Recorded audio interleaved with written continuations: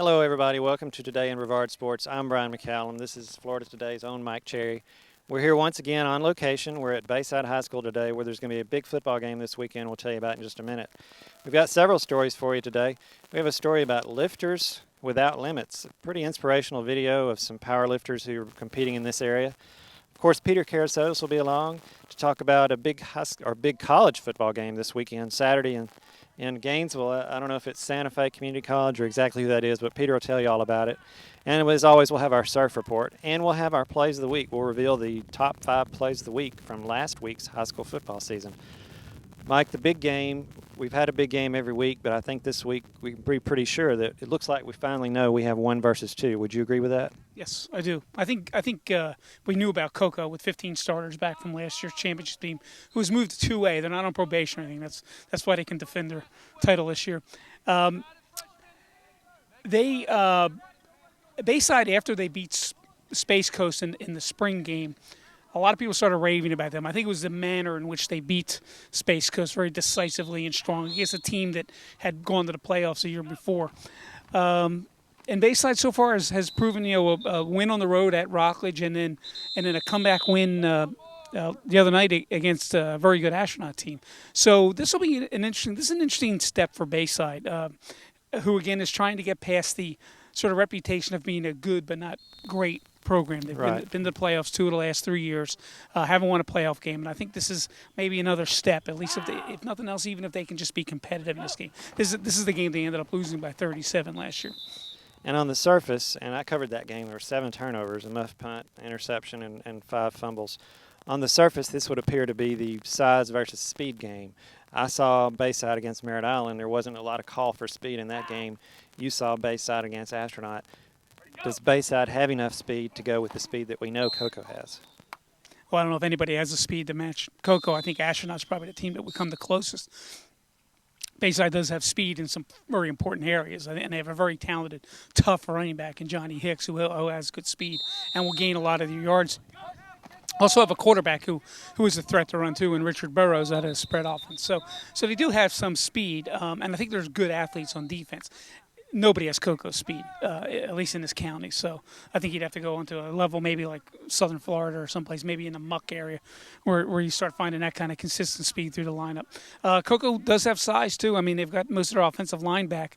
Where Cocoa probably is behind Bayside is in depth. They just don't have the numbers. Being a smaller classification school, Bayside is a 5A, Cocoa is a 2A. So that would be one of Bayside's, especially if it's a hot, sort of grueling type of night. I think that could be the Bayside's advantage. I wonder if you're Bayside, if this is a game where, despite playing that spread offense, you want to get in that I formation and try to maintain possession of the ball to keep that ball away from some of those speedy guys from Cocoa. Am I wrong? Is that a bad idea? Or? Oh, I think ball control's probably exactly what they want without the turnovers, obviously. Problem is Cocoa has defenders who can make plays. They've got a Division I commitment in E.J. Johnson at safety, so right away I think that sees the threat heading down the balls in the air. And they've got experienced defenders who can stop the run, but I think the Bayside definitely wants to grind it out. Maybe not in the I formation, but using the spread and knocking out 4 or 5 yards at a time. On to Cocoa a little bit. That was an impressive score, 41-3 over American Heritage, which I believe was a state semifinalist. Although a class lower than Cocoa, still to get to the state semifinals in a football-rich state is impressive. 41-3. Is this the year that the Cocoa defense starts to get some of the acclaim that probably it deserved last year? And I know we gave it some acclaim, but still, the Bueys and Youngers and et cetera got most of the attention. Scores like that, are they going to start to get their due, you think? As long as Chevelle Bowie's scoring 4 touchdowns a game and from long distance and getting recruited by schools all over the South and all over the country, actually, I think the offense is going to get the attention, especially if they're going to be rolling up 40, 50 points, unless the defense is getting about 14 or 21 of those, which they have the potential to do. I still think people still look at offensive stars over defensive stars, and as long as Bowie's healthy, I think he's going to get a lot of the attention. I think he's definitely got Bayside Coach Derek Smith's attention.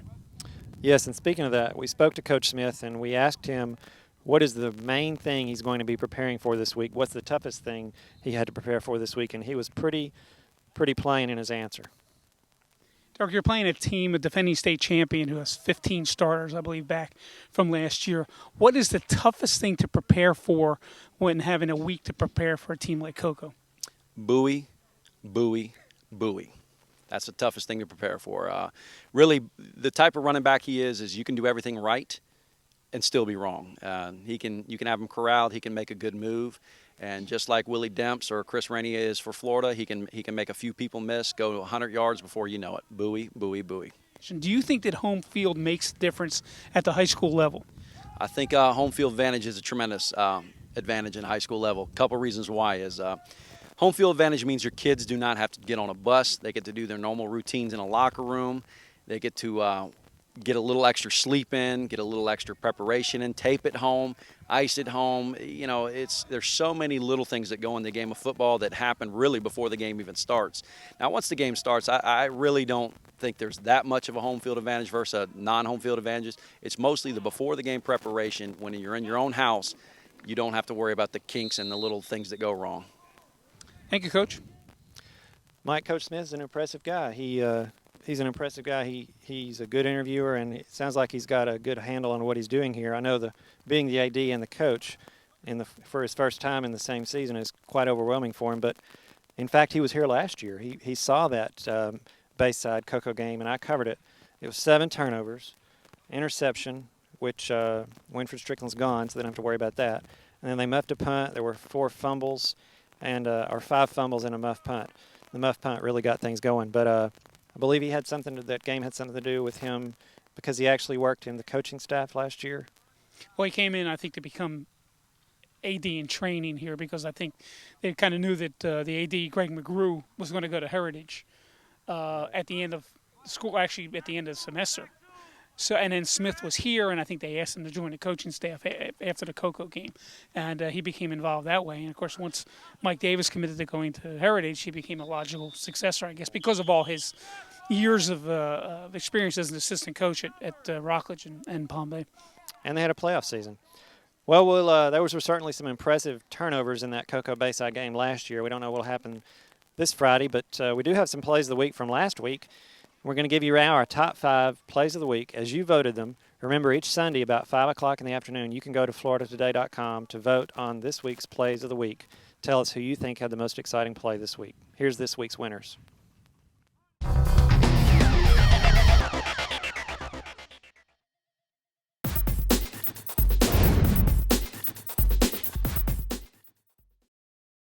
Mustangs quarterback Colton Clary fakes the handoff to number 44, Ben Smith, then pitches to number 20, TJ Fredericks, who takes off 61 yards down the right sideline for a touchdown.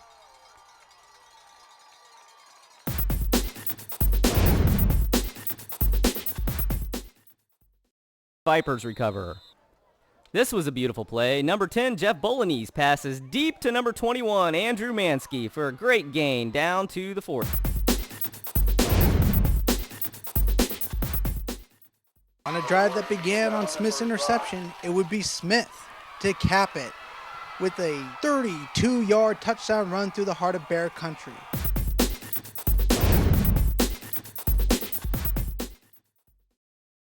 But Cocoa also would get one more shot before the half, allowing Bowie to rocket 48 yards into Touchdown City, where I believe he was elected mayor.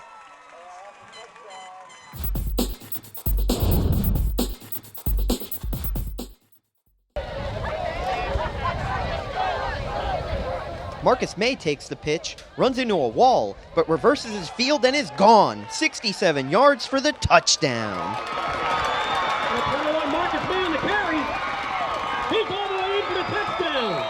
Tigers score.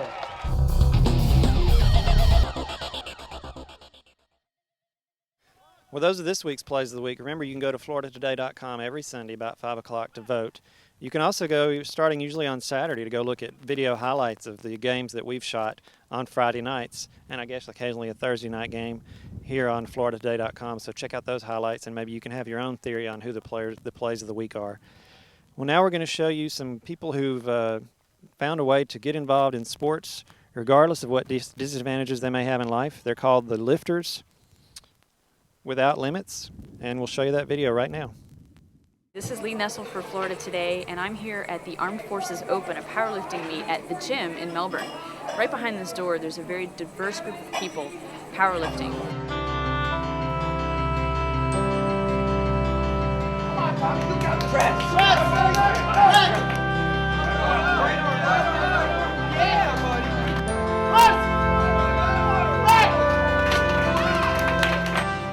I work mainly with disabled people and seniors. I have 3 lifters today who are over the age of 75, and 2 disabled lifters. One's developmentally disabled, the other has cerebral palsy. And it's just been very exciting to watch them perform and do so well. I just turned 75 in June. And to celebrate, I thought I would see if I couldn't get back into lifting, which I was out of for about a year because of injuries, cancer, hernias, that sort of thing.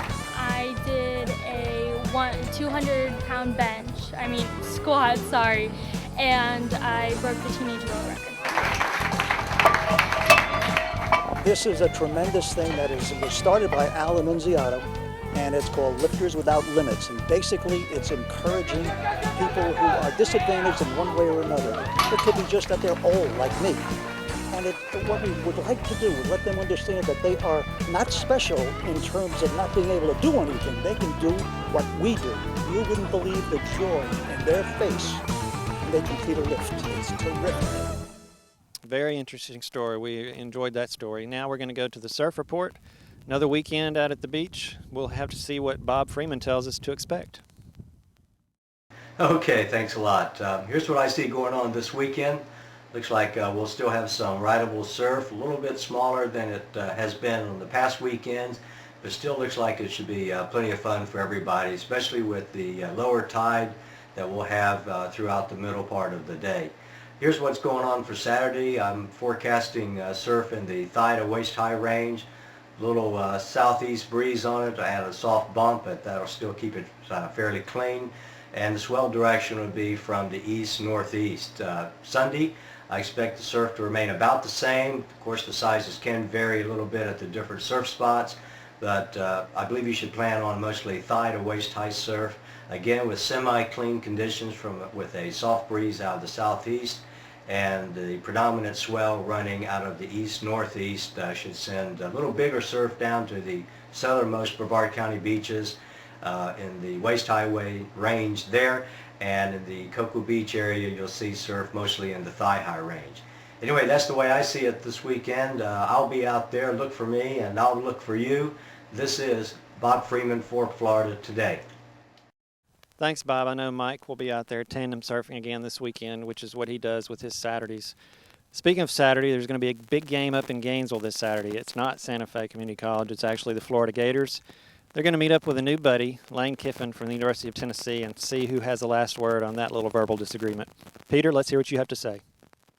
Hi, this is Peter Kerasotis. Welcome to another edition of My Take on Your Sports. I'm joined with me today by David Jones. We're going to talk a little SEC football, the Florida Gators, Tennessee Volunteers matchup Saturday at Florida Field. A lot of hype, a lot of anticipation, and a lot of bad blood coming into this game on Saturday. For obvious reasons, Tennessee's new coach, Lane Kiffin, has said and done a lot of things since he got that job last December 1st. The first thing he did was, in his introductory news conference, he said he's looking forward to some of the great UT traditions, one of them beating Florida this year and being able to sing Rocky Top all night long. The other thing he did was in February when he stole one of Florida's prize recruits away, Pahokie's Newkeese Richardson. He accused Urban Meyer of cheating by calling Newkeese when he was on his recruiting trip to Tennessee, which is not a violation. It's not cheating. And then the third thing he's done is Tennessee put a billboard in Fort Lauderdale right there on I-95, which was sending a message to Florida, not just to recruits down there, which is a fertile recruiting ground for the Gators, but to send a message to the University of Florida. So a lot going on. David, how is that going to translate what Lane Kiffin has said and done to Saturday's game, the motivation, the anticipation, the fans, the whole atmosphere of that game? Big mistake. I think the impact is going to be more on the fans than the players. CBS's Tim Brando said last week, compared Kiffin to Sarah Palin when the Republicans brought her in as to be the vice presidential candidate. For some impact, excitement-wise, but the reality of it is to steal a line of putting lipstick on a pig, it's still Tennessee and they're a bad football team. Big mistake for him to mouth off. Do you, I asked Urban Meyer the other day on Monday about the motivation, and he did admit that this is a good motivational tool to have in his pocket to trot out and to use with certain players. Certain players don't need any extra motivation, but certainly he's going to ratchet up the intensity of his team for this game based on that. What about Urban Meyer himself? I mean, this is a guy who held a grudge against Mark Richt from 2 years ago when Georgia celebrated on the field there after their first touchdown and went on to win that game. And he came back the next year, called 2 timeouts late in the game to make Georgia and Richt think about that a little longer. What do you think this has to do with him and Lane Kiffin? I think Meyer likes to be coy and quiet about things, but he also is somebody who never forgets. And he will never forget as long as he's coaching a team against Lane Kiffin. Now, as far as this game is concerned, recruiting-wise, Lane Kiffin has made no bones about the fact that he is coming into Florida, coming into some of the fertile recruiting grounds for the Florida Gators, and he is going to recruit this state strongly. What impact might this game have on future recruiting for the Florida Gators and for the Tennessee Volunteers? I think it could be huge. You know, Phil Fulmer, the guy he replaced, said just a few days ago, it's great to talk big, create a lot of excitement, create a lot of energy, but if you don't back it up, it could actually be devastating to his recruiting. So we're looking at the game Saturday at Florida Field, the Florida Gators and the Tennessee Volunteers, a big SEC matchup. Urban has not lost this game since he came here, and of course that translates to players too. Tim Tebow talked about wanting to go out, never having lost to Tennessee.